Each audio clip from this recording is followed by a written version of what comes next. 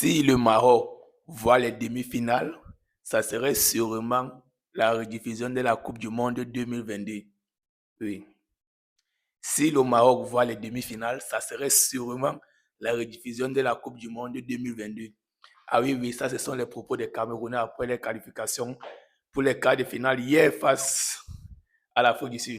Alors, les Camerounais sont sûrs et certains de traverser cette étape des quarts de finale. Les Lions sont sûrs de traverser les quarts de finale. Ils sont sûrs de battre le Maroc.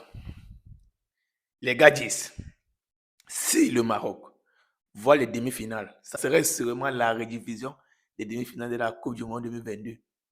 Parce que les gars, ils ne voient pas le Maroc les éliminer. Ah oui, les gars ont pris confiance. Ils ont pris confiance. Et là, c'était prévisible. Je l'ai annoncé d'ailleurs cela hier. Avec le match hier, avec le match que le Maroc a proposé hier face à la Tanzanie, ça va booster l'ego de ses adversaires. Ça va vraiment booster l'ego de ses adversaires. Parce que là, franchement, hormis le mauvais football qu'a proposé le Maroc hier, le ballon qu'a proposé le Cameroun là, il donne toutes ses chances. Il dit bien ça, il donne toutes ses chances de croire. Oui. Et vous voyez le Cameroun en Afrique, ce n'est pas une équipe qui vient figurer. Même si le Cameroun a tous les problèmes du monde, même s'ils ne sont pas favoris, mais quand ils partent en Coupe d'Afrique, ils partent pour gagner. C'est le Cameroun. Ils partent en Coupe d'Afrique pour gagner. Voilà. Donc ce match serait très difficile. Les quarts de finale s'annoncent très, très, très mauvais. En fait, ça serait un bon match. Nous allons vivre une belle affiche des quarts de finale. Nous allons vivre le Maroc à domicile, avec tout son public. Et ça, c'est encore dangereux. Il ne mérite pas être à la place des joueurs marocains. Encore moins de la place du coach Grégory. Je ne mérite pas être à la place du coach marocain. Vraiment, ça, je vous le jure. Parce que, avec tout l'argent que le gouvernement marocain a investi sur cette équipe, avec tout l'argent que le gouvernement marocain a investi pour organiser cette Coupe d'Afrique, avec tous ces supporters qui seront là au stade pour supporter cette équipe, ces supporters qui sont d'ailleurs exigeants, avec tous ces palmarès que vous avez le dernier ballon d'or, demi-finaliste de la dernière Coupe du monde. Tout récemment, vous avez encore remporté la Coupe arabe, vraiment. Là, vous jouez les quarts de finale face aux Lions indomptables, les brisés de rêve. Ça, il faut le dire. Les Camerounais, c'est les brisés de rêve. Et ils aiment bien ça. Ils aiment être celui qui vient tout gâter. Ils aiment éliminer le pays organisateur. On l'a vu en 2017 face au Gabon. On a même vu ça en 1988 face au Maroc. C'était au Maroc. Ils les avaient déjà brisés. Ils ont fait ça en 2000 face au Mali, 2002 face au Nigeria. Ils ont toujours fait ça, ces Camerounais. Allez vous éliminer chez vous. Ces Camerounais aiment bien faire ça. Ces Camerounais aiment bien briser les rêves, les gars. Donc là, ce match, je vous jure, c'est un match à ne pas rater. Ça serait du beau football. Hier, les Bafana n'ont pas démérité. Ils ont joué un bon football.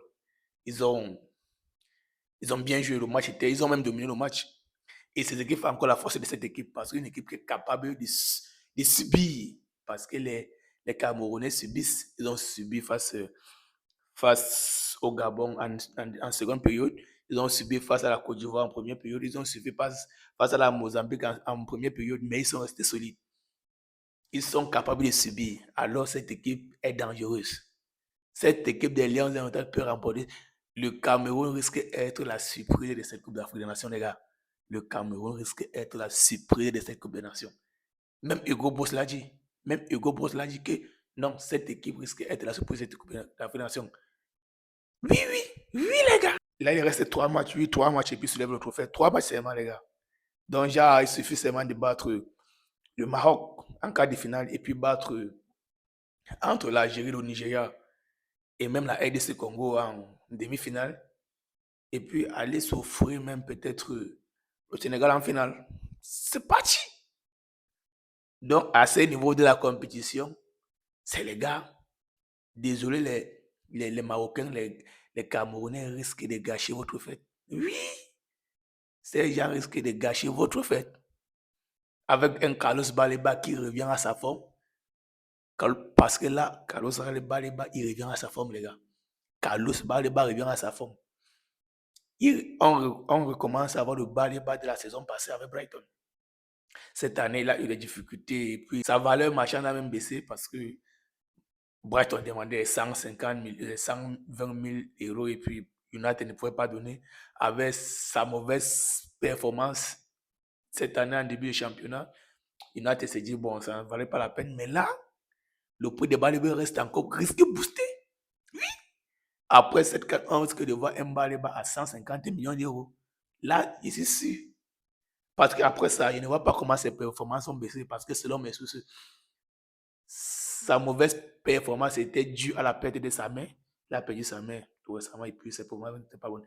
Mais là, c'est comme si il commence à se passer de ça et puis son niveau va revenir. Donc les gars, n'oublions pas Brian Bemo. Là, le jeu collectif de Brian Bemo est extraordinaire.